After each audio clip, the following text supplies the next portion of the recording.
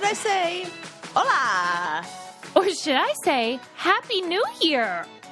Oh, my goodness. I can't believe it's 2024. already here. I mean, it's not for us because we're in the past. Right. But for all you listening. We're speaking from 2023. But yes, if I know Sarah, and I think I do, she's optimistic. Things are looking up 2024. Yes, things really are, because I've talked a lot with Eli about our themes and how you do a theme, and we have settled on a joint theme for the year. All right. Do you want to share it? Yeah, it's stretching. Oh my God, I love it. I love a multifunctional word. Right? Oh my God, I didn't even think about that. Was yours metaphorical or literal? Literal, but I can go metaphorical with it. We need to stretch more. Every single time we do an activity, we're just stiff, Suze. We're just stiff, right? And Lucas wakes up, my little brother wakes up in the morning and does Tai Chi, calisthenics, like he's whipping his arms around and doing weird neck movements and I got to be like him. Favorite. Yeah, no, this is a great word because it can be literal. Yes. And what a great goal we could all do, which is just stretch the old body. And don't you feel like it's what you say, rising tide floats all ships, that if we are stretching and more in touch with our body as we go to bed, we're probably going to use it more during the day and be more connected to it. So it'll probably increase our physical activity just as a byproduct of doing this. Well, and you'll probably listen to your body more and be in tune with it. I get goosebumps just thinking about it. Yeah, it's a good choice. And also, what a fun double meaning, because maybe you'll do something out of your comfort zone. Yes. And you'll be like, what? I'm stretching over here, 2024. Yes. Yeah. Now, universe. A whole bunch of stuff. I would like to let the universe know what you are not interested in is stretching in a way that is painful. Right. No stretching our budget. No stretching. Nothing like that. I want to be real clear. We mean a positive stretching towards growth and positivity through healthy and wonderful needs. We don't even want to stretch out our sweaters or no necklines. Yeah. Nothing like that. Okay, I'm glad we were clear. Initially, my word was when I thought I was going on the challenge 40.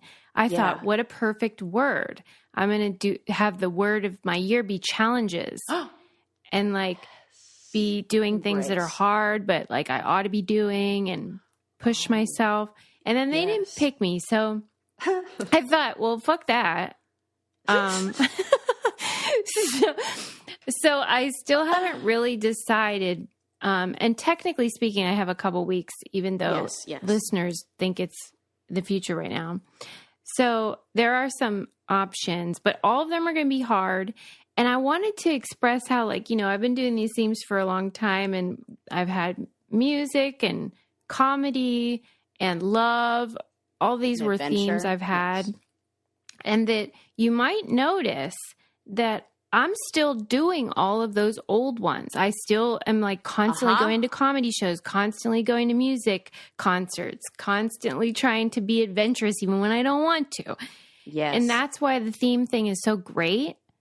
Yeah. Is because you don't stop.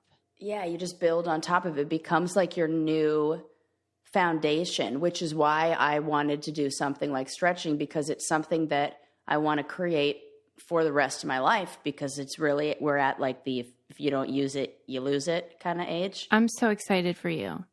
Thank you. I mean it. That's what the Pump Club is all about. Well, you helped inspire me with that, because when you were oh, I'm making gains, Sarah, I was like, oh shit, I better be doing something. You know what though? I think I might be wrong, because I was trying to bait compliments from Adam, and I was doing muscle poses and You're stuff. posing in the mirror. I go, do you think I look any? And he was like, oh, and I was like, why are you pausing? Whoa, too much of a pause, sir. It's already been too long. So I was like, I think I better get things going even more, because he had to think about that.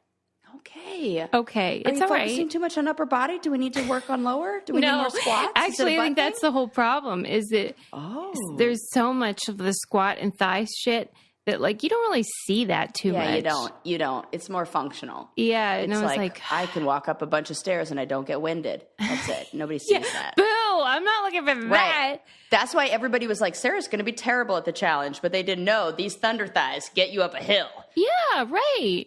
And it was like, surprise, all the tiny girls are stuck at the bottom and we're still going, but nobody noticed them because it doesn't look like that. Yeah, you have to like just be satisfied internally and not rely on external validation. Boo! Boo!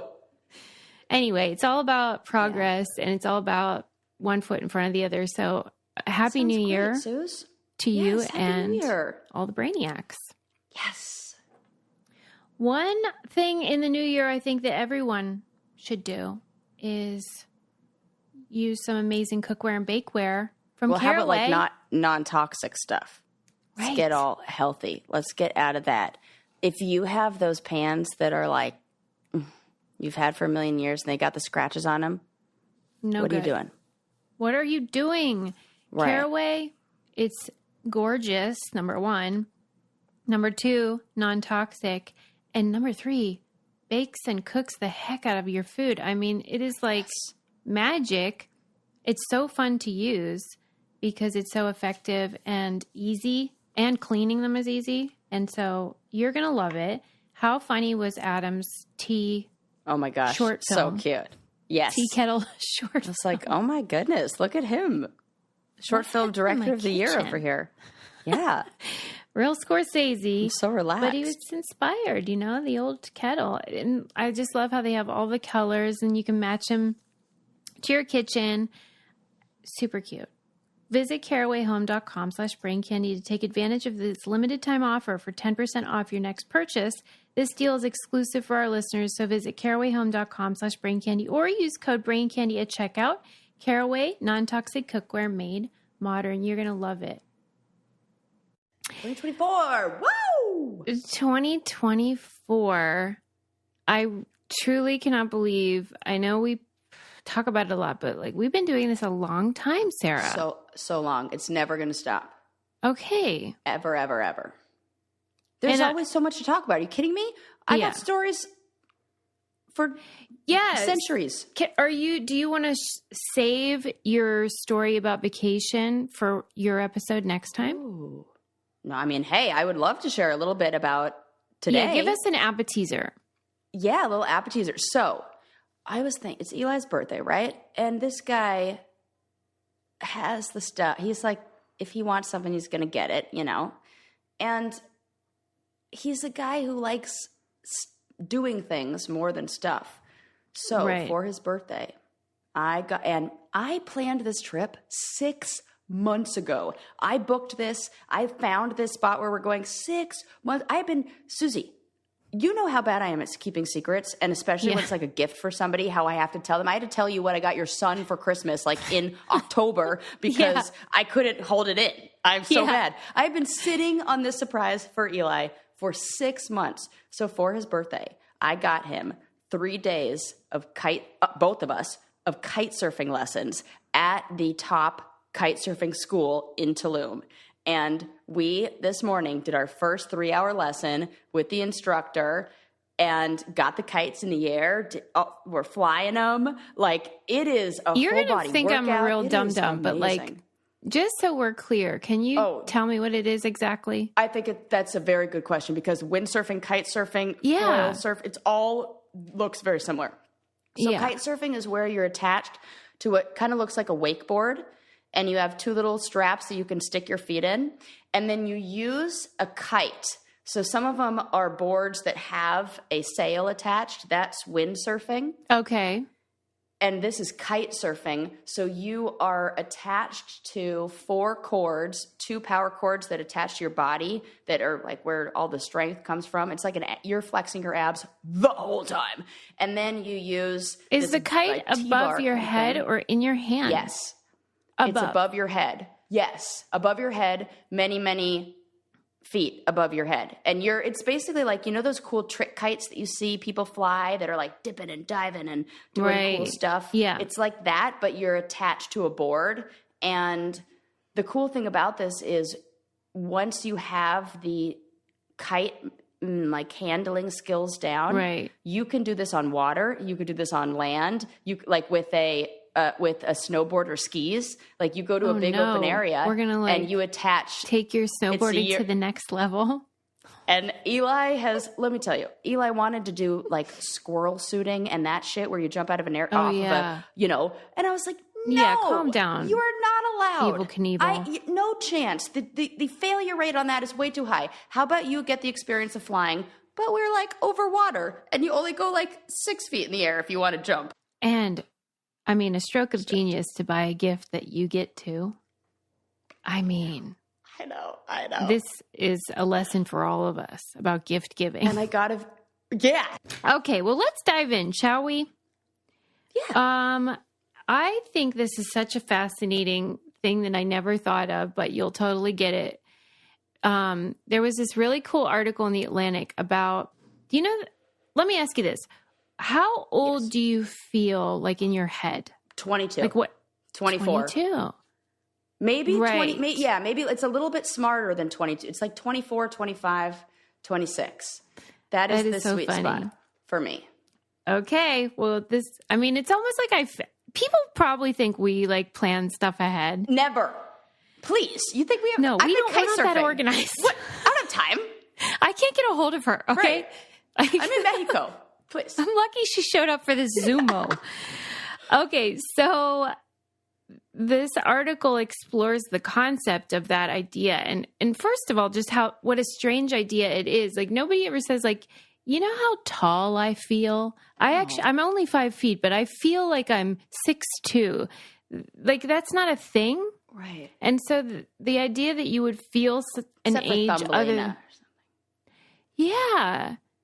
It's like this weird thing where like you feel... Yeah, we just feel the concept of age or what an age is. When I was younger, I felt older. Okay. Sarah, did you write this article? No, I did not. The article describes, and they've done studies on it, about how when you're younger, you feel older. And when you're older, you feel younger. But guess what age it kind of shifts? What?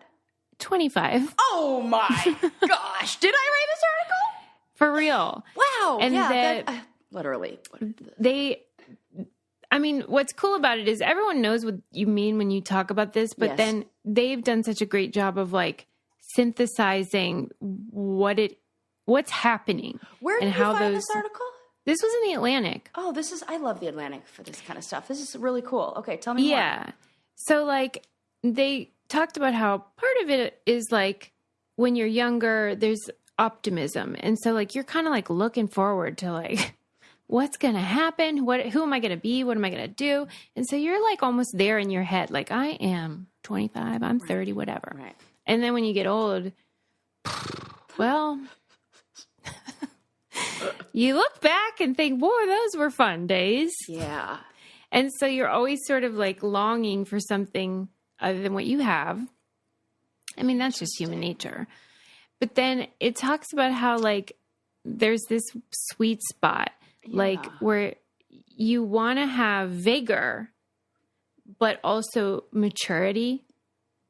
That was exactly what I was thinking. It's almost like your mind is where maybe it helps you like societally or like to be, if you're thinking that you're a little bit older, maybe it makes you act in a way that like, I don't know, you like raise yourself up. Yeah.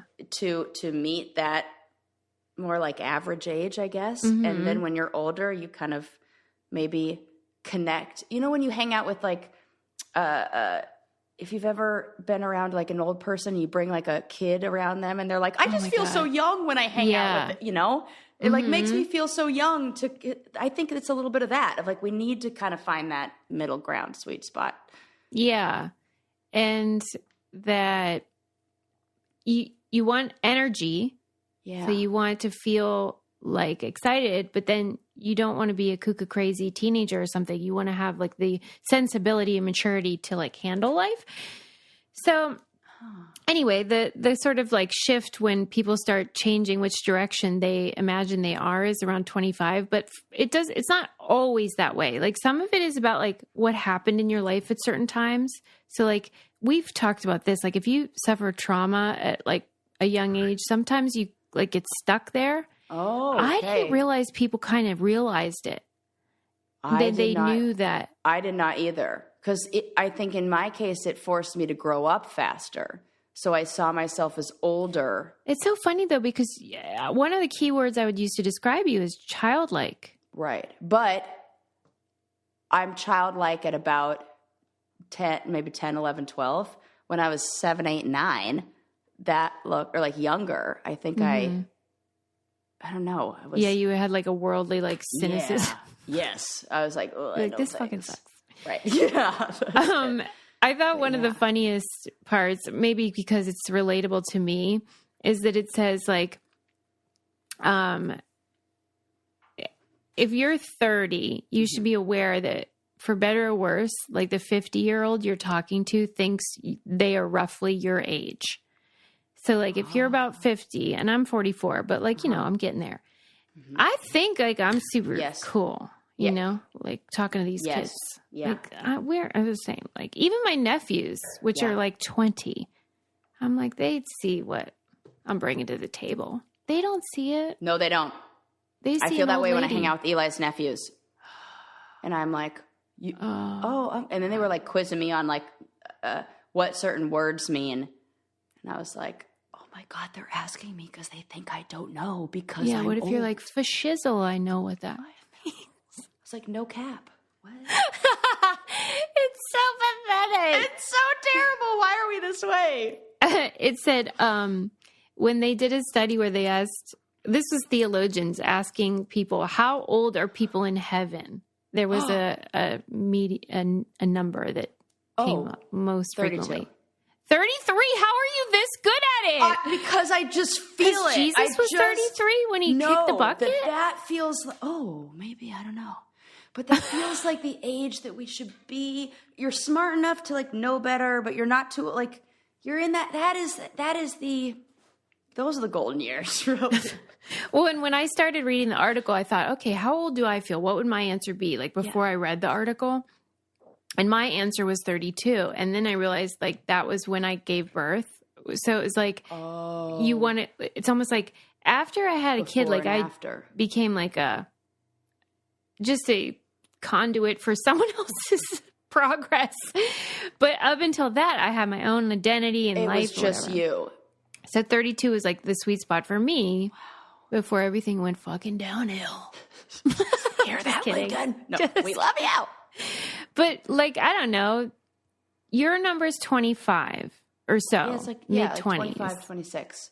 Like that's like in my head because I think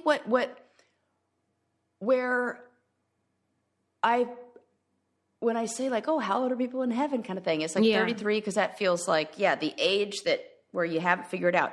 But so often I find myself like doubting myself or being like feeling like, oh man, you made such a stupid mistake, or I can't believe you did that. You're so aware of your own faults and own like things you don't know, I guess. Yeah. That is what drops that maturity level down in my mind when I imagine like, I feel 26 because a 33-year-old would not forget to put the laundry from the washing machine to the dryer. Well, that thing too about how we keep learning and realizing how dumb we are. It's like the more I know, the more I don't know. Yeah. And if that ain't the worst thing. Yes. I'm going to give you more info about this, but some numbers we can all agree on is how much we've saved using Rocket Money. What are you doing? If you don't have this? Yeah. Right now. Resolution. Stop it. Get right there. Right now, it's the perfect time. Download Start the Rocket year Money. By knowing about your finances. Stop spending a whole bunch of money on subscriptions that you don't need. Mm-hmm. I did not know I had 2 subscriptions to Paramount Plus. No, and I think you were logged into mine. You just couldn't get Peacock. enough. Peacock. Oh, okay. I had 2 subscriptions, 2 under 2 different email addresses. And then Rocket Money was like, hey, this subscription just went up $5.99. And I was like, oh, that's because I signed up for it again because I didn't know I had it. Thanks so much. Cancel. Yes, that just happened 2 nights ago. Yes. See, that's just one small example. They are constantly keeping track of all of your ding dong moves. And it's really not even your fault because these trials and stuff are designed for you to forget about them. Yes. And so they're like, not going to let that happen. And then you won't waste money. Plus they negotiate like your bills to be lower if it's like insurance or cable or whatever. They do the dirty work. You don't even have to do it. It's so empowering. Such a great way to start the year. As Sarah said last time, you can like save yourself so much trouble at tax time too. Because you can like categorize and all that stuff. Rocket Money is a personal finance app that finds and cancels your unwanted subscriptions, monitors your spendings, and helps lower your bills. Has over 5 million users and helps save its members an average of $720 a year with over 500 million in canceled subscriptions. Stop wasting money on things you don't use. Cancel your unwanted subscriptions by going to rocketmoney.com/braincandy. Those subscription companies must be so mad. I'll say it again. Money. That's rocketmoney.com/braincandy, rocketmoney.com/braincandy. I know they probably /braincandy. They're probably like, Rocket Money. Yeah, they're like, oh, they got another one. Damn it. Okay, here is some other fun little bits from that article before we move on. Okay. Yeah. Oh, this is interesting. Okay, first of all, we have as humans like an outsized number of memories from the age of 15 to 25.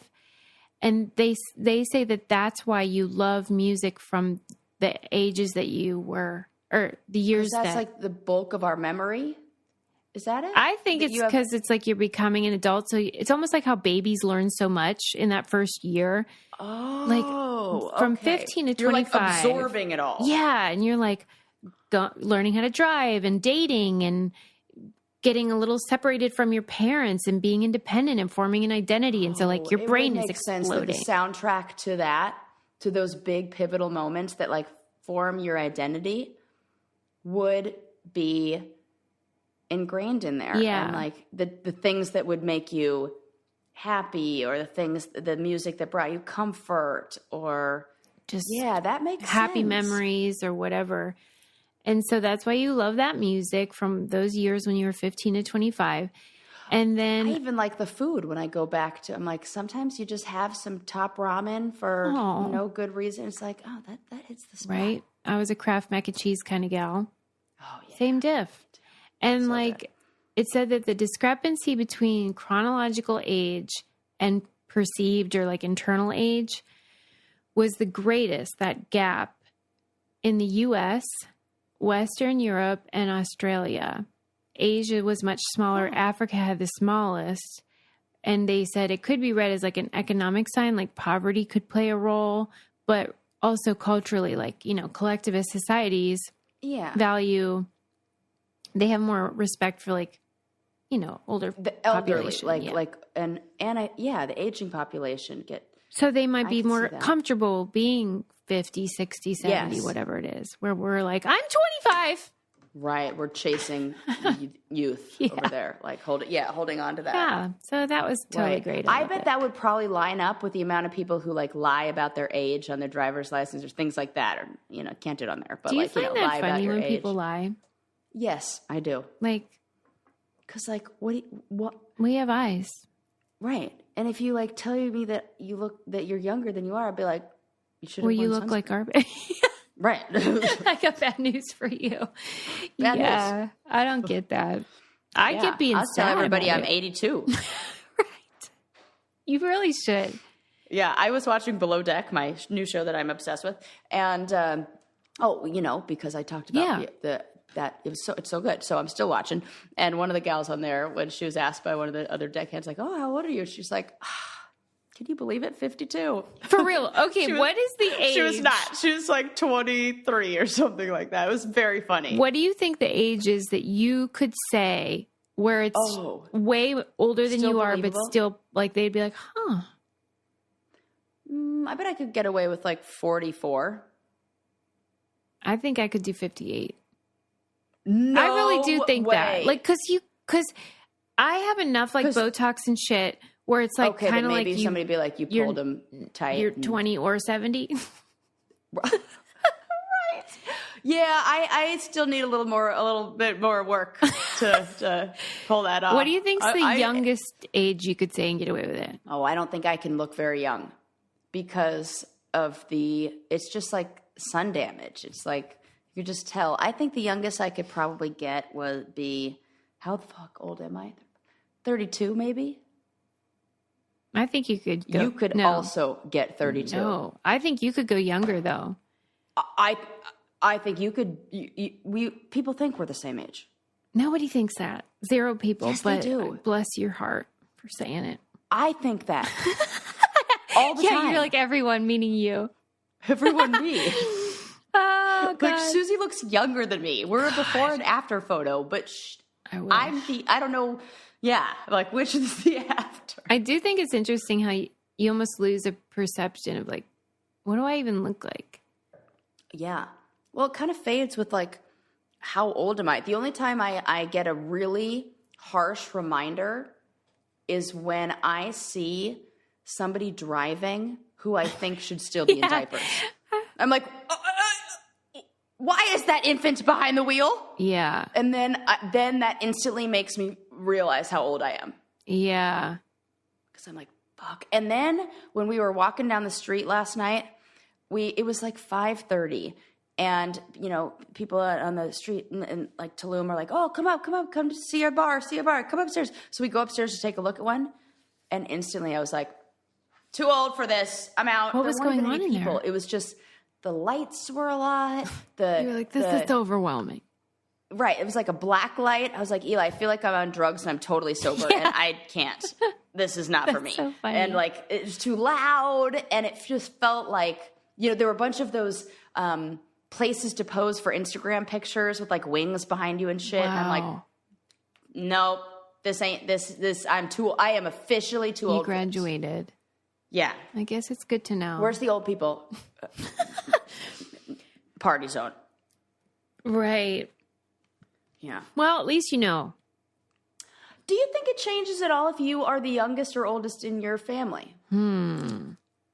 Because I wonder if I felt older because I was the oldest, and if you held on to maybe some of that feeling younger because of being the youngest. I almost feel like it's the reverse, where I was always around older people. Like my oldest brother is 13 years older than me. So I do prefer older people. So it naturally matures you a little bit. Yeah. Okay. I don't know. Yeah, that would make sense. My first husband was 10 years older than me. Everyone on my road rules was way older than me. I don't know. Yeah. Interesting. But now I'm old and I know it. It hurts. Who's your youngest friend? You. How old is your youngest friend that you like hang out with regularly? Me. Yeah. Okay. I think so. For sure. And Link. Yeah. And Link. My best buddy. Okay. Gretchen, my sister, recommended another great doc. I think it's called The Preppy Murder. The Preppy Murder? Yeah, or like The Preppy Murderer. I should look up the full title. It's on Amazon Prime. Okay. Let me see what it's called. Okay, The Preppy Murder, Death in Central Park. That's the name of it. Oh. I hadn't heard of it, and I hadn't heard of this murder, but in the sort of beginning of the series, it says that before OJ, this was like the trial of the century. It was some big deal. Huh. But really, it was only a big deal because the murderer, the alleged murderer, is like drop dead gorgeous. He's like, looks like a movie star. And the situation was that he allegedly killed this young girl. She was 18. He was like 20 or so. And she was wrecked. Like her body was just like the shots that they show of her, the crime scene. It was just like, what happened to this woman? But he claims that it was like rough sex gone bad. But more than that, he claims he was raped by her and that he said no and she wouldn't stop. And so he was like, had no choice but to like defend himself. And it's insanity. Like, and what, people just believe him because he's a good looking? Yes, and white, you know. Oh, God. And sort of wealthy, like this prep school, like handsome guy that everyone wanted. He plays the victim role. And so he's almost like leveraging the fact that all these women like wanted him, which I'm sure is true. But I just wanted people, Brainiacs, if they watched it, like, or they do watch it, to tell me like whether they think there's any chance that he was telling. I mean, there's zero chance, but I still want to know if anyone's like, yeah, it could have happened. Okay, I want to say this. It's wild. You just get, like, I can't get it out of my head because you just keep thinking like, I can't believe he's saying this. And even in the questioning, like the cops are like, okay, but she's dead and you're not. like you're going to play the victim? And she was a tiny girl and you're 6'3" and like 200 pounds. Oh, come on. Nope. I'm sorry. Ridiculous. No. It's totally fascinating. Please. But I liked... Have you ever tried to wrestle the remote out of your partner's hand? For real. Or get them like to stop tickling you like when you're in high school. Right. Forget it. Mm-hmm. Forget it. He's I a don't victim, care. Sarah. Yeah, okay. This is like you probably need a palate cleanser after that, and that is why you should try instead something that we all love, which is Dipsy Stories. Now that is sex we are into. That's like the opposite. That's going to make you calm, make you relaxed, bothered, make you ready. Yes. What a great way to start the year too. Am I right or am I right? Get in the mood. Oh, that could be your year of pleasure. Well, you should check and see if they have any stretching ones. Yeah, it'll be like, oh, bend over. Do you need help stretching this? I guarantee there's a yoga instructor one. That is so true. Please.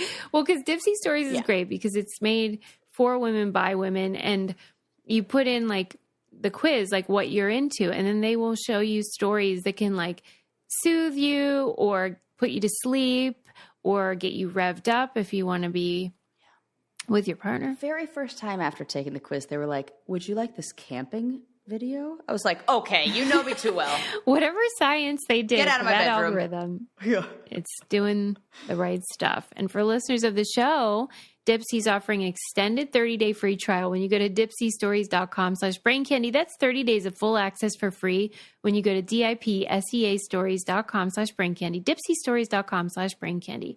They have like real good voice actors too. They know what's up. Good work, Dipsy. It matters. Yeah. Okay, Preppy Murder on Amazon Prime. Check it out. Okay, there was a really fun article in the New York Times about how to win Wheel of Fortune. Oh. Wheel of Fortune. I used to watch with my grandma. And, Same. Did you? So nice. I feel like that if you had a grandma... Did you even have a grandma if you didn't watch Wheel of Jeopardy Fortune? And then Wheel of Fortune. Yeah. It was a doubleheader, 7 and 7:30. And because my grandma lived next door to us, so we'd go down there every evening and watch those things. And I loved them. Apparently a lot has changed with the wheel since I was a viewer, though. Maybe you know this, though, because I feel like you're more in... No? Well, like, you know, at the end, what's that thing called? Like the Showcase Showdown? No. That's something else. That's Price is Right. It's something like that. It's called... What the heck's it called? The bonus round. Solve the puzzle on your own. The bonus round. Okay. RSTLNE. You got it. Well, so in the early days, they didn't give them any letters at all. And then everyone picked RSTLNE. And so then they were like... you can have those. Pick different ones. And so that's how that was introduced, that feature. But this is something I never thought about, is how, like, you're not competing against, like, I don't know, past players or, like, even yourself. Right. You're competing against producers who come up with what is going to be there. And so they don't want you to win, really, because that's expensive for the show. And so there's an element of like, they're not rigging it, but. Right. Well, it's kind of like how I play Hangman. I always pick the same word and nobody ever guesses. And it's actually like not even fair. You know my secret word? I'm going to tell you. It's zucchini. We have minimal letters that people don't often pick. This is so great. Because you're going to guess A-E, and then now you've already run through 2. Then you're going to guess an O. You already got 3 vowels done. Nobody guesses the Z. And then we only have a few Z-U-C-C. We don't have enough letters. Do you ever like get tired of winning at it, or you like every time you're psyched? Absolutely not. Because I'm usually playing against like a 6-year-old. And you're like, suck it. 7-year-old. And I'm like, suck it. You suck at this. Be better. Sarah. Sucks to suck. This is classic. I'm loving this. Okay. Nobody's going to watch. I've told you too much. I said too much. There are clues that Sarah's actually the asshole and I'm the nice one. And this is one of them. Yeah. It's like that. Because you don't even care. You're happy to kick their ass. Yes. Wow. That's a great word though. Okay. Zucchini. Right? Zucchini. Nobody ever guesses. I'm telling you, all you moms out there, dads listening, play with your kids. Yeah. Watch them cry. I promise you, watch them cry. You're welcome. Or kids listening, do this to your parents. Okay. Well, I think that you would make a great Wheel of Fortune producer then, because I think there's an element of that where so then once they added that feature where they gave you RSTLNE, then they had to change the puzzles to make it still harder, right? Less of those letters. Okay. Right. Then there's a feature that I did not know. They added where like the contestant gets to pick the category. Did you know that? What? I have not heard of that. So like this article was like telling you which category to pick. What categories they recommend instead of choosing things or thing, you should choose phrase. Oh, because it's going to be something common that we all know that we've heard before. Let me find what it says. Because like that was like a tip of the century for me. Yeah, choose a phrase. Because then you're going to, if you get a few words, or a few letters, you can, it's like a bird in the hand or it, right, stuff like and that. Your brain can access that sort of like. And it could fill in the blanks versus something that's completely, what's the word? Like it could be anything. It's like, right. So yeah, they said phrase, is the answer. Phrase is the category that will give you a fighting chance. Other categories like food and drink have slightly higher win rates, but they are uncommon. So they said food and drink's all right. Phrase is good. The worst is thing or place. Yeah. Oh. And then it says... This place we think geographical location, we think it's going to be the Grand Canyon. But it'll be like Bird's Nest. And places... Yeah. Right. Or it'll be like kitchen. I don't know. Yeah, refrigerator drawer. Right. Where you're like, what? That's not a place. That's a but it is. Mm-hmm. Right. Yeah, I can see they get loosey goosey, but you can't do that with a phrase. Yeah. No, you can't because they're the phrase that pays. Then it says, don't expect the puzzles to make sense. 40 seasons have pushed producers towards stranger and stranger constructions. So they're getting like... Why don't they just go back to the beginning? We're not trust me. The grandmas that were watching it in the 80s ain't around anymore. Right. Like it says... Just use the old ones. Yeah, come on. It'll be like 3 people on the spectrum who happen to know everything. And the rest of us will be scratching our heads. It says... It'll be just like Price is Right.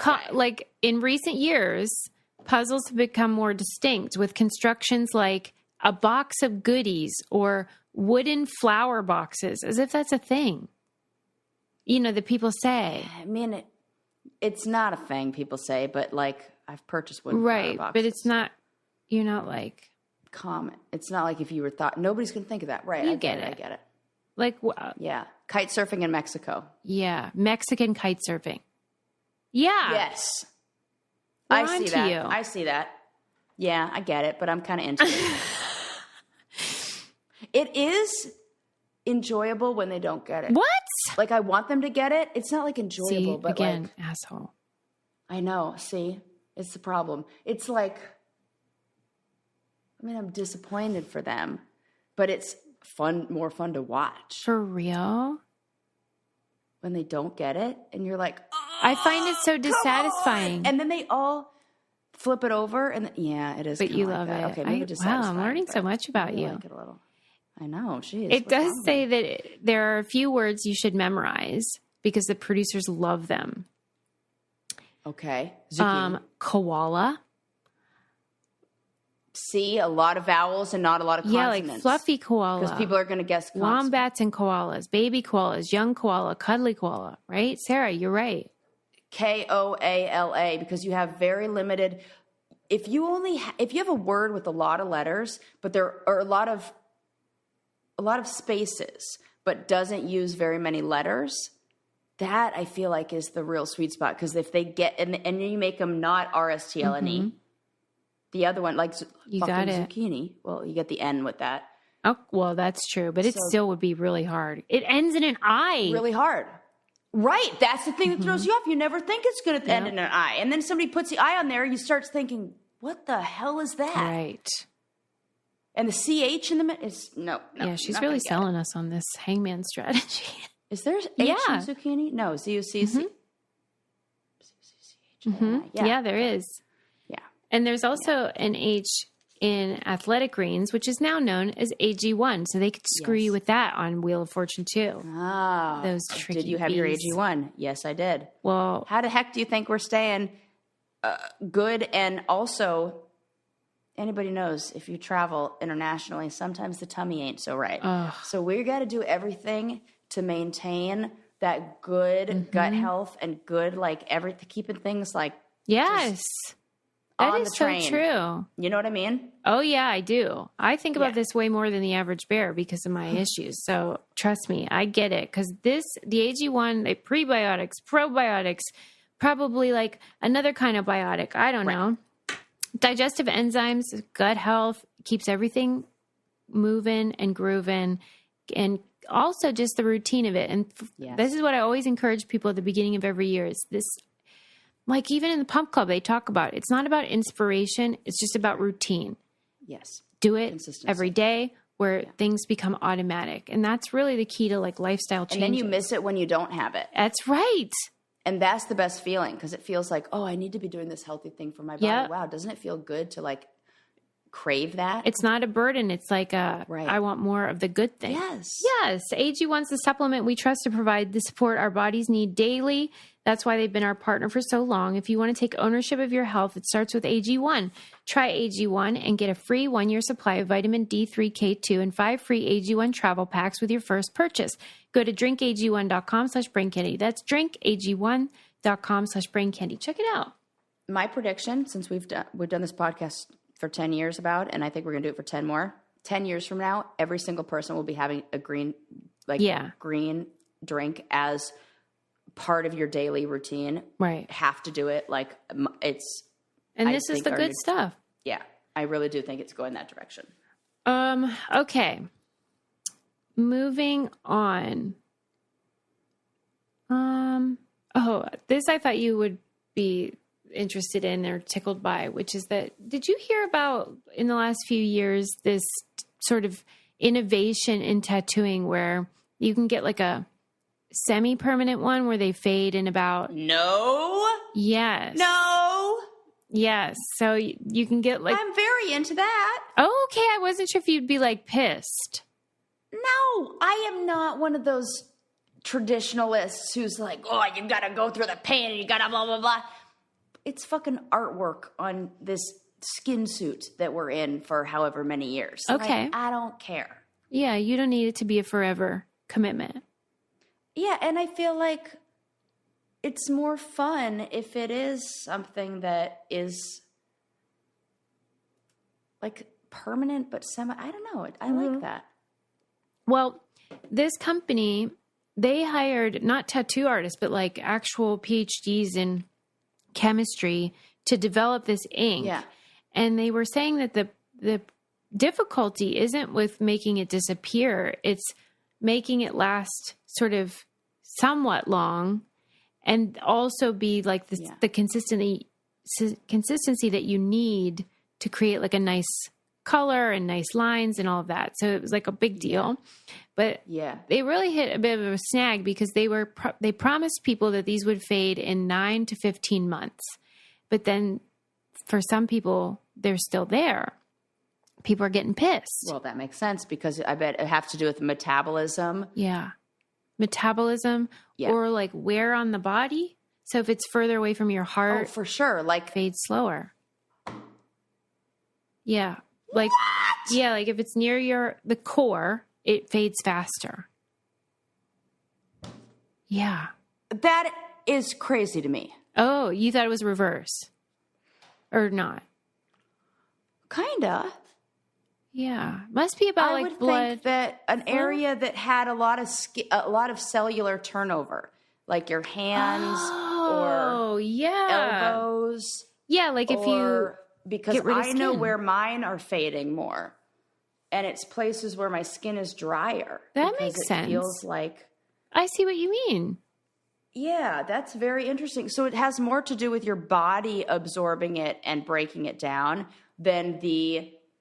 outer location. Outside, like than the elements or like your own... Like it's not like sloughing off. Yeah, but like, I think that's so insightful because I didn't think about that part.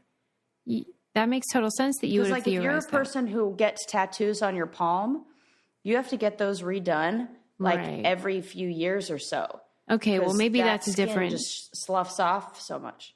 Okay. Yeah. Yeah, it's one lady has one on her wrist and it's not getting faded fast enough. But they said, don't worry, like the max is 3 years, so they are still semi-permanent. But like they really just should have worked on their promises and said like it really varies. I'm like you know what, and it goes sometimes it's they undersell it. So I got my eyebrows microbladed and they told me that it would be like 2 to 3 years. It's been damn near 6 years and these things are still on there. And I just went and got my eyelashes I got a little eyelash lift, you know, when they do like they perm your eyelashes. It's so fantastic. So I don't have to wear makeup the whole time in Mexico. And she was like, man, you're whoever microbladed your brows did a really good job. Shout out to my friend Sarah.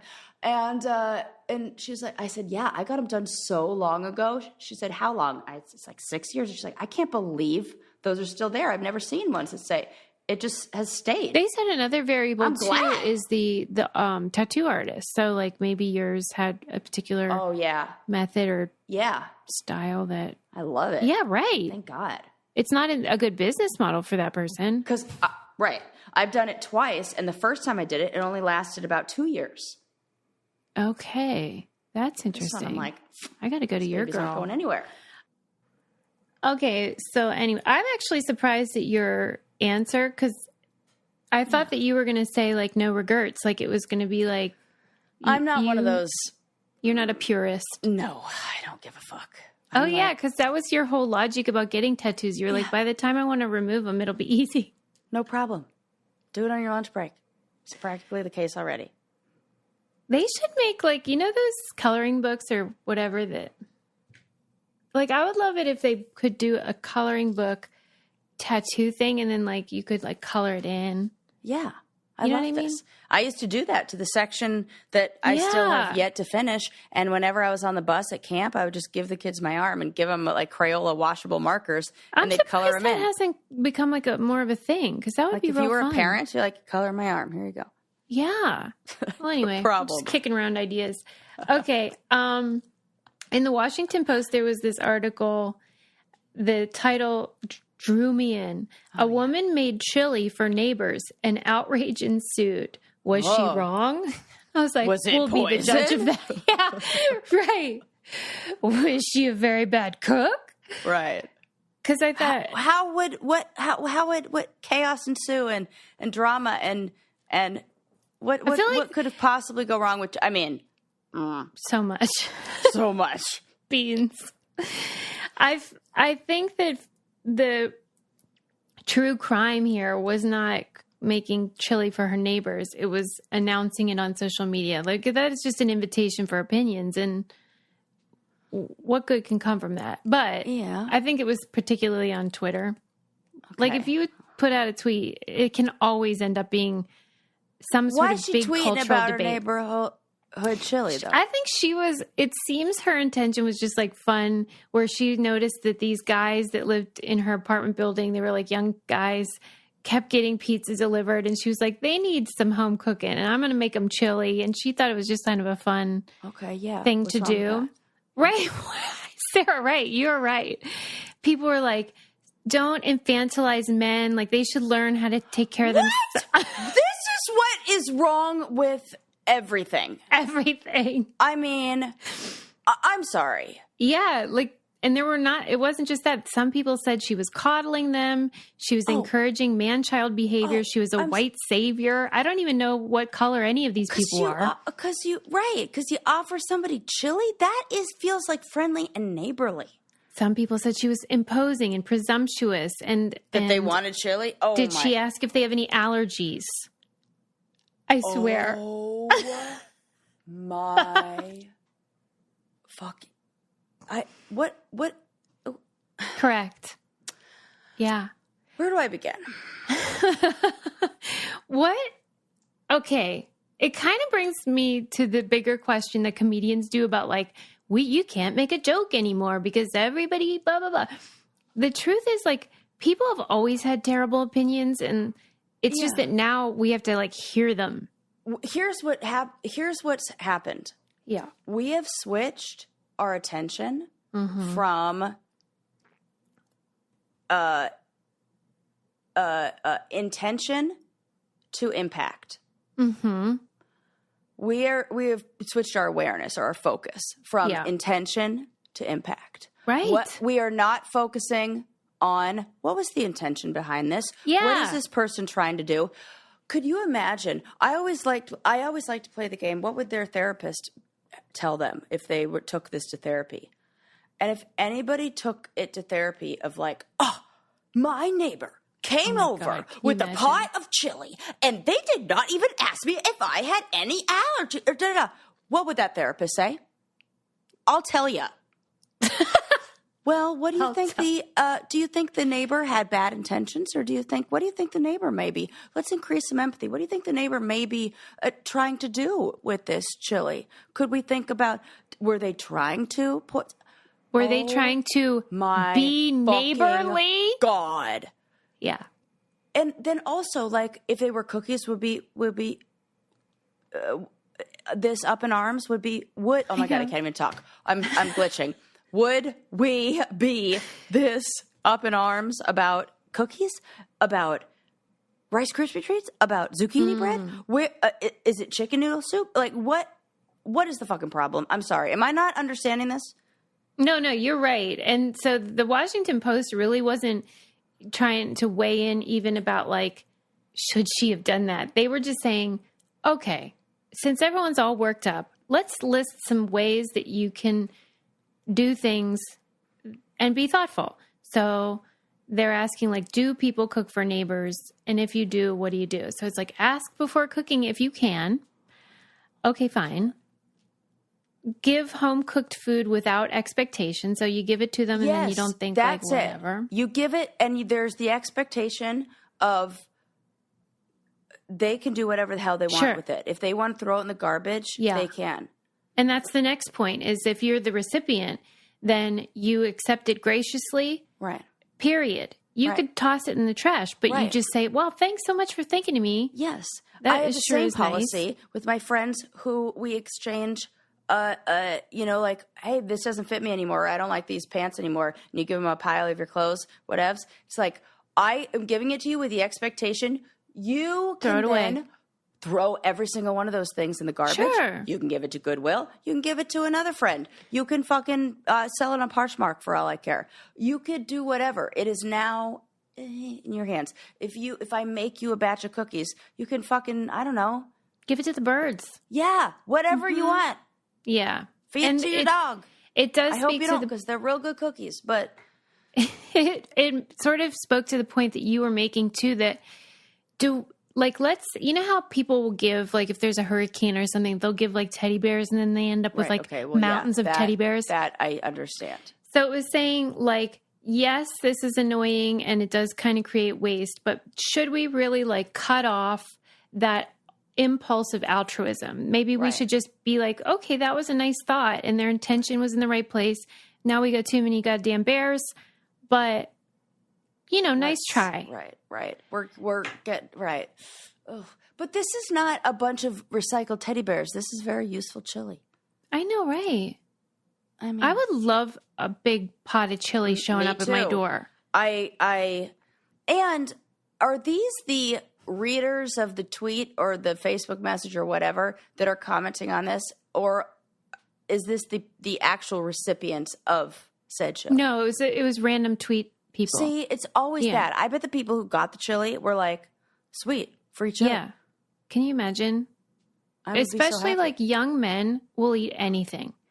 Yeah. And if she sees them delivering like pizzas out, like they would have loved that. Do we just want to yuck everyone's yum? Yeah, everyone's mad, and so that's how they release it now, and it's a real bummer. Well, I hate that. I hate it too. So they can suck it, and that neighbor sure was nice to even think of doing that. Yeah. Because wow, you know what? Your opinions on the chili? Can it? The chili itself? Eat it. Make it. Okay. On that note, something that everyone would be happy to receive is Kitsch hair care products, the scrunchies, the silk pillowcases. I was going to see if I had anything within reach because I'm traveling, and I bring that silk pillowcase to every hotel. Does. Have pillowcase will travel. Yes. I think I even brought it when we did our staycation. Yes, I feel like it's just a part of you. It is. I mean, how do you think I'm keeping these long flowy locks? And my hair is growing longer. You know what else I got? The rice water shampoo and conditioner that's in a little bar, like the shampoo. Oh yeah. What's the review? You were going to report back. 10 out of 10. I knew it. That's so great. Good. And I didn't know that's the ultimate travel hack. Yes. Don't ever worry about it exploding. Exactly. No bottles. This is such a better option. No waste. Super cool. Check it out.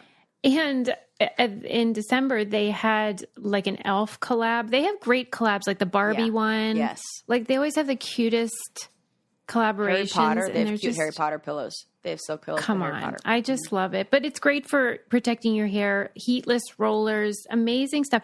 Their prices are incredibly affordable too. So you'll get an even better deal with our stuff. Right now, Kitsch is offering you 25% off your entire order at mykitsch.com/braincandy. That's right, 25% off anything and everything at mykitsch, kitsch.com/braincandy. One more time, mykitsch.com/braincandy for 25% off your order. And now we have a guest. I interviewed a man who is a doll named Jon Ward, and I wanted to interview him because he has a book out that for me really is relatable. And it's called Testimony: Inside the Evangelical Movement That Failed a Generation. And he grew up like I did in the evangelical tradition. And then he's still a believer. He still identifies as a Christian, but he's become very disenchanted with particularly the political aspect of the evangelical movement and their association with Trump and the extreme right-wing stuff. Yeah. And I think that it's relatable on a bigger scale, the way that people are leaving their church of origin or their religion of their family because they don't like what they're seeing. And in some ways they feel like what they were taught growing up about right and wrong isn't being followed by the leaders that represent them now. Totally. And he's very thoughtful and pragmatic, and he writes in a way that he's fair.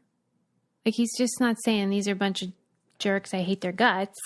He's saying, like, man, I grew up and I believed, and now I don't know what to make of this because it no longer feels like it should. Yeah. And so I think if you're grappling with your faith or your religion and what it represents and how maybe society sees you because of it, I think you would enjoy the book. It's called Testimony again. And maybe a lot of our listeners fall into that category. Yeah. And I think if they listen to the interview, they'll relate to the way that he and I are grappling with the mixed feelings that we have about it all. Yeah. So welcome to the show, Jon Ward, and check out his book, Testimony, if you are among the many disenfranchised, formerly religious people. Welcome, Jon. Jon Ward. I feel like you have one of those names, Jon Ward, where I have to say the whole name. Do people do that to you all the time? Yes. Yeah. It's like that's the one so syllable weird thing, right? Because it's I one guess syllable. So. I've often wondered, like, why do people do that? And I guess it's just the way it sounds, I guess. I don't know. Yeah, like it feels incomplete. I have to do both. So you're Jon Ward today. That's I fun. love your book with all my heart, Testimony Inside the Evangelical Movement That Failed a Generation. I mean, it's something special. How do you feel about having written it? Yeah, I feel good. Honestly, it's been a while since it came out. It'll be a year in April. I was anticipating more of a backlash than I got. I think in retrospect, part of the reason for the lack of that backlash, I guess, is because I did try pretty hard to be generous and gentle. Yeah. I just finished reading another book about evangelicals by a fellow journalist who is also a pastor's kid, Tim Alberta, who writes for The Atlantic, whose profile of, CNN CEO Chris Licht, got him to resign. Oh yeah, that was great. Yeah. So, that book is a little bit more like an Elijah take on evangelicals, like calling down fire. Right. Were you tempted to do that at all? Oh yeah. Yeah. I think my first draft was angrier. And I kind of went back through it and I got some feedback from some people. And I definitely took out some of the sharper edges, but without trying to take out, the essence of what I was trying to say. Yeah. Well, I really appreciated that. That was something that really felt good to me, because if you're anything like me, even though I've left the fold, I have great affection for much of the tradition and my experiences and the people that I knew and love.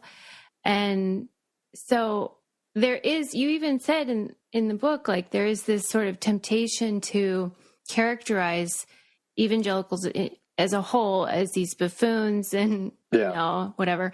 And it's not. You did such a good job of explaining why the tradition is even appealing and what it provides to people. I mean, that was very generous of you. Well, I was thinking about this just in the last day or so, that for a few years, my early 20s, I was essentially kind of a pastor. That wasn't my title, but I was given responsibility for a small group of about, 20 people. And we had meetings every week, or I think every week, in somebody's house. And they were essentially church meetings. So I was kind of the pastor of that group, in a sense. And I think part of what I learned, I hadn't really thought about this till now. Part of what I learned from that experience is something about like how people respond to feedback. And generally feedback that is coming from a place of sort of superiority or perceived superiority or self-righteousness. It can be harsh. It can be negative. That feedback is not usually very well received. And I think a lot of what makes criticism or critique or feedback effective is that you have to work very hard to come alongside someone, and speak with them, and understand their perspective. Yeah, I always talk about how, like, if you're in a fight, like even with your spouse or anybody, you really do have to consider what is my desired outcome. if my desired outcome is to like really hurt this person, then I'm going to approach it in a different way than if I want to develop trust or persuade someone. And I know, because I changed my entire worldview and politics, that the only way that happened was because people were kind and open to listening and just being nice and having a dialogue. And so I suppose, did you feel like you had to decide, like, what was your intention when you wrote it? Yeah, just to finish that thought before I answer that, I mean, I think, you know, I've always been pragmatic in the way that I think about ideas and influence. And I think there's two ways to change somebody's mind or to get them to do something different. There's persuasion and then there's coercion. And you can make people change through coercion. It's just not going to be very pleasant for anyone involved. And I don't think it's ethically right. But, and I think, you know, God has something to say about that. You know, my intent, I don't know. I mean, I had probably a couple. One would be that I always wanted to write about the way I was raised for a long time, and had planned on doing some kind of book project about it. And then it just was the right time and the right moment, the right kind of set of circumstances, the right set of themes. I saw that my story had become relevant to a larger story. So that was part of it. And then I don't know if this was my intent, but certainly the act of writing it was like very helpful in sort of excavating and understanding my own story, and sort of working through parts of it, you know. And I do think that that's a really healthy thing for everyone to do in some form, and probably numerous times throughout your life, maybe every 5 to 10 years, would be to just sort of take some time to maybe it's to have a formal, you know, way. It could be through conversation with a friend. It could be through writing, other, you know, ways of doing it, I'm sure. But to kind of think through, I mean, therapy is another, I think, you know, place that this can happen, but think through, you know, the experiences you've had in your life, the ways that you've come to think what you think, sort of examining, you know, how do we end up believing what we believe, I think is very, very, very important. And something that came up in this book that I just mentioned, Tim's book, I really like the way that one of the people he spoke to said it, which is that he and others have been challenging their upbringing with their upbringing. Right, totally. You know? Yeah. Which is kind of interesting. And I'm already thinking about, like, okay, how do I need to prepare myself?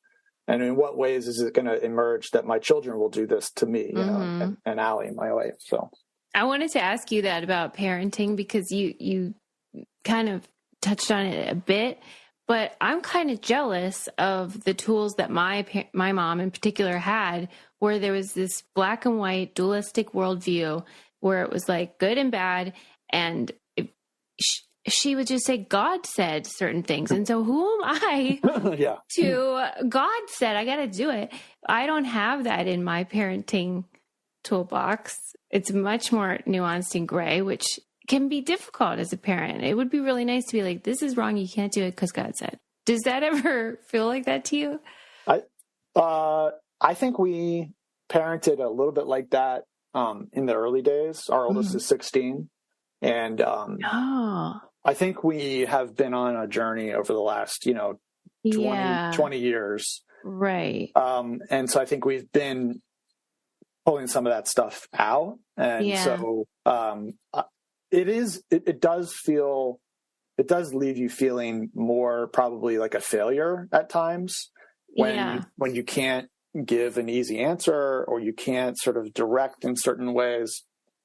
But I think if you really look at the outcomes from that method of parenting, like kids who have gone through it, Right. The median outcome is not usually that great. And so honestly, like I look at people who have been raised in other faith traditions or in no faith tradition at all, and you're like, those people are turned out to be really good humans. Right. And so I think there's a lot of evidence in support of taking a less dogmatic approach, less controlling approach to parenthood. Yeah, maybe in the long haul it pays off. Let's hope so. I'm crossing my fingers over here, Jon Ward. I was wondering, because I have a family who is still very conservative. Do you ever have the feeling that I do where, and okay, so I don't know if you know the background, but my co-host and I were on MTV's The Real World and The Challenge and Road Rules. And I was cast when I was 18 as this virginal Christian, you know, the type they used to have back in the, back before everyone just started drinking all the time. Often from Texas or the South, but sometimes. Yeah, right. Yeah. Right. Well, and I was cracking up about how, like, even when I pick up a book, like you're like within the first page of the foreword, I think we're talking about Sean Duffy he was from The Real World. Yeah. We're everywhere. Did you ever cross paths with him? Yeah, and Rachel, and they're very nice, people. Yeah. But we don't agree. Yeah, I met them both actually at the one of the conventions, probably 2016. Yeah. Were they nice to you? Yeah, they were great. Oh, okay. Okay, good. And I mean, I have this feeling like I'm letting down, because I was put on television as an example of a model of evangelical young people. And now I feel like I've betrayed them. Do you ever feel like that? I don't think you've betrayed anybody. I mean, I think betrayal is a relational thing. There can be ways which we can betray their trust.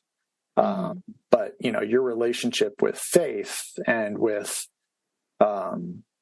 ultimate reality, like that's not a contract that you've entered with other people. That's between you and God, you know? Mm-hmm. Yeah, I also share your feeling, though, that being let down by the church, and you describe it's a lot of it through the lens of like the Trump movement and everything. And did you feel, as I did, this sense of like, I guess I want to know, do you think, let's say, whenever there was a focus on Bill Clinton's moral, code or whatever, that they were being dishonest about caring about that, or that they just changed their mind? Well, I don't think people were being dishonest in the 90s. I don't think they're being dishonest now. I think people are generally like pretty, I mean, it depends who we're talking about. Are we talking about like, that idea where like leaders at the national level, or are we talking about people in the churches and the pews? The leaders. Yeah, I think it was pretty easy to be sincere in the 90s with Clinton about that, because it was sort of on brand. I think there's been a lot more need for these leaders to sort of deceive themselves with Trump. But I worked for Tucker Carlson. I got to know him pretty well, and to watch, sort of his evolution has definitely sparked a lot of conversation among me and others who have worked for him about like what happened. Like, does he believe any of this, right? Like this sort of thing. And I do think like there's complex mixtures of self-deception, the ways that our incentive structures, like what interests us, what benefits us, can lead us to sort of unwittingly convince ourselves of things that might not be true. And then just pure cynicism is always probably part of the mixture as well. And a means justify the ends type of thing, where if they're the outcome, like, the Supreme Court, is it so important that it was worth not caring about Trump's personal failings? Yeah, although just to fixate on that point about judges and abortion, like to go back to Tim's book again, like he went through the stats, and there are more abortions in America post-Roe than there were before it was overturned. How do you think that they reconcile that?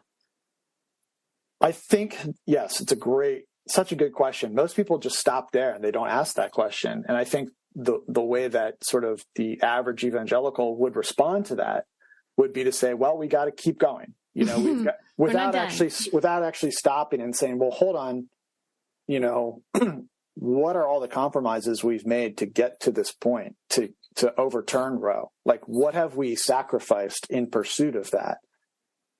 And is it worth it? Rather than just like doubling down and saying, let's keep going, let's keep getting, you know, more judges, confirmed to federal courts, and let's keep getting more control of more state legislatures, that's sort of, I think, where a lot of people's minds go. Maybe this is too fraught, but do you think that there is amongst the leaders a genuine concern about the unborn, or do you think there's something else at the foundation of that, like, you know, power structures, within families and society and things like that, hierarchies? I think a lot of times it can be both. Yeah. It's definitely a very sincere and understandable position to be opposed to abortion. I mean, look, if you look at the polling of most Americans, there are large numbers. I haven't looked at it recently, so I don't want to make too definitive a statement here, but like there are large numbers of Americans who are either opposed or uncomfortable to abortions somewhere in the pregnancy. You know, many times it's after the first trimester, sometimes it's midway through the second, but like there's a lot of discomfort and outright opposition to abortion at some point in the pregnancy. And so, you know, like it's a morally fraught topic, right? Obviously. And so I think a lot of these leaders come from a position of, you know, that's their personal view. And then they also have, certainly since the late 1970s, like the proof's in the pudding. It's been an incredible galvanizing and organizing, mechanism for the Republican Party. That is for sure. I have always been impressed about that. And sort of jealous. Do you feel like that I love that you are a journalist. It makes me so happy that because you are able to speak the language of, you can code switch and you can understand perspectives in a way that other people might not be able to. But do you ever get the feeling that you don't belong anywhere, or do you feel like you kind of belong everywhere? Can I just say both to every question? Like, yeah, right. That is what, My questions are so bad. No, not at all. I think it's just sort of the nature of like being what I call a border stalker, is that, and part of journalism, and, quite honestly, I think so much of Christianity at its core, I can't fully explain this, but I do think that it really does push us towards a both and perspective. I think it should. Unfortunately, like a lot of organized religion creates either or thinking. Like that's the way it kind of plays out. But I think both and thinking is just, I think it's the way of the divine. I don't think God has a scarcity mindset, right? I think God has a abundance mindset. God is self-giving. They talked at Rosalind Carter's memorial service about how she knew the power of giving your love away. Man. I thought that was a beautiful testimony. So, I will say, when I go to church, I like to visit different churches. I visited a church I had been to only once before this past Sunday with our daughter, and a journalist that I knew said hi to me, and I get a really really high sense of like reassurance when I see another journalist in church, right. because I feel safer, because church can be a scary place for me. So I guess I feel most at home, with my family, my wife and my kids. I feel more at home with journalists than I did maybe in the past, but I don't feel alone in the world or like out of step, but there is a way in which journalism does create a barrier between yourself and other people that limits, the degree to which you can really become close to someone or go deep with someone. But I think that's okay. I think that's like part of life among many, industries. And I think all of us in life like need to have sort of like fences around, certain and limitations, because it's just, I don't know, it just seems to be the way of things. Mm-hmm. And overall, at least for me, getting my PhD and focusing on evangelicals, however it might be difficult, I think overall it's useful and helpful to studying them and doing my work. So what is useful overall? Being able, in having been a member of the community, having been devout, being able to speak, it is like another language. I was tickled every time you would use a phrase that was, familiar to me because it's a language that they use that is different than the secular world. Yes. And so it's useful to be able to talk to them in the way that they make sense to them. Yeah, absolutely. Language was always one of my big hangups. I just sort of like had a very severe allergic reaction to the way that language was beat into nothingness, by the repetitive nature of just like using these words, which are supposed to represent something sacred. And they just get completely bludgeoned into nothing. Meaninglessness. Yeah. Yeah. Yes. Why do you think that it seems to me that the life of Jesus and his message is particularly inspiring to you and animating to how you live your life? I don't feel like that is focused enough in the church, the life of Jesus. And I'm wondering why you think that might be. Do you think it's because it's super hard to love your neighbor and it's easier to do other things, or what? Yeah, I think it's probably not too much more complicated than one of what you said and then one other thing. It is really hard to live out the core teachings of Jesus, and his core teachings are not that complex. Right. Love God with all your heart, soul, mind, and strength, and love your neighbor as yourself. Sermon on the Mount, all about loving those and helping those who are in need. Yeah. Loving your enemy, forgiving your enemy. These are the basic core teachings of Christ, and they're not hard to understand, but they are hard. They are hard to live out. It's such a personal story, but that's why your book is so cool, because it's personal, but it's so relatable, because there are many people like us who lived in this subculture and now are either embracing it or grappling with a dissonance with, who you grew into. I probably saw you at Acquire the Fire. We're like the same age. I went to Teen Mania. I was in it, man. So, you talk about the God-shaped hole in people's heart, and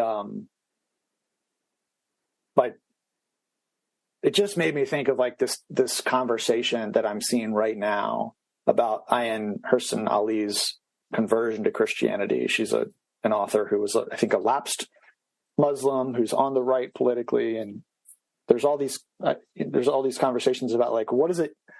Is it bad if people talk about faith as like a social construct that's used for, cohesion and community building, versus like, is it true? And I fall in the middle. Like, I do think it's good for social cohesion and community building, obviously. Yeah. And I think like people like Eboo Patel at Interfaith America, like they do great work about focusing on how faith can motivate and is really essential to helping us, construct a, beloved community. Yeah. But I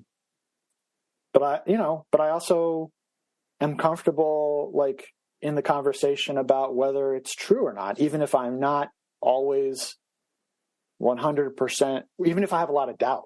Right. I want to keep walking that road. Yes. So. Right. That's my whole thing. Yeah. That's why I wanted to get a PhD, because I felt like if it were the truth with a capital T, it should be able to stand up to books and, scholarship or whatever. For me, it was a house of cards, but that's not true for everyone that studies it. Some people, it reinforces their faithfulness, and that's lovely too. But I don't think the questions ought to be something to be scared of. That was often shut down, at least in my experience. As you pointed out, excessive questioning is threatening. Yeah, because the flip side of social cohesion, as an outcome of religion, is that religion is also a mechanism for control. Yeah. So questions threaten that. And conformity. Yeah. Mm-hmm. Yeah, exactly. Mm-hmm. I don't know. I'm just thinking of our earlier point about the simplicity of Christ. One of the phrases I like to use about religion is that religion, maybe faith, but it's a quest for like ultimate reality. And ultimate reality to me is a phrase that sort of wriggles its way outside of organized religion. Because so much of religion is about trying to put things in boxes, and then sort of cap the discussion, as you just right. talked about. Right. But here's what I have a lot of faith in. And this is what's scary, is that, inquiry means you have to keep assessing this faith. But like, my faith is that ultimate reality, there is a God, and that like that God is a God of love, and that love and goodness are somehow wrapped up in the DNA of this universe. But there is so much darkness and evil that it does make it hard. But that's, it's part of the work of faith, is to look that in the face, to look it in the eye, to not look away as much as possible.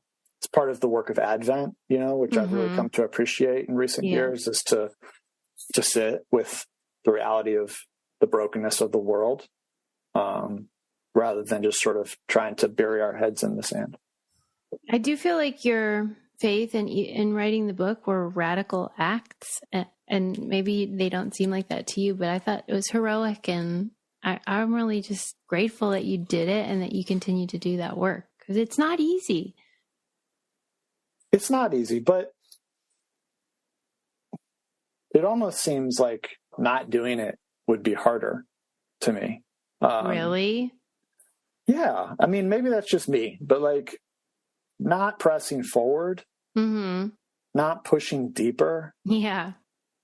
Seems like that's where I end up the most broken and the most unfulfilled. I actually just thought of another quote from my dad. When his father died, he read a passage from one of C.S. Lewis's books, which talks about going further in and further up and deeper in. And it's a metaphor. I think at the moment in the book, it's talking about going into a mountain range, but it's a metaphor for, going further up and deeper into trying to understand and experience and live out, what it means to be fully human and part of God's kingdom. It's so inspiring. I really love what you say.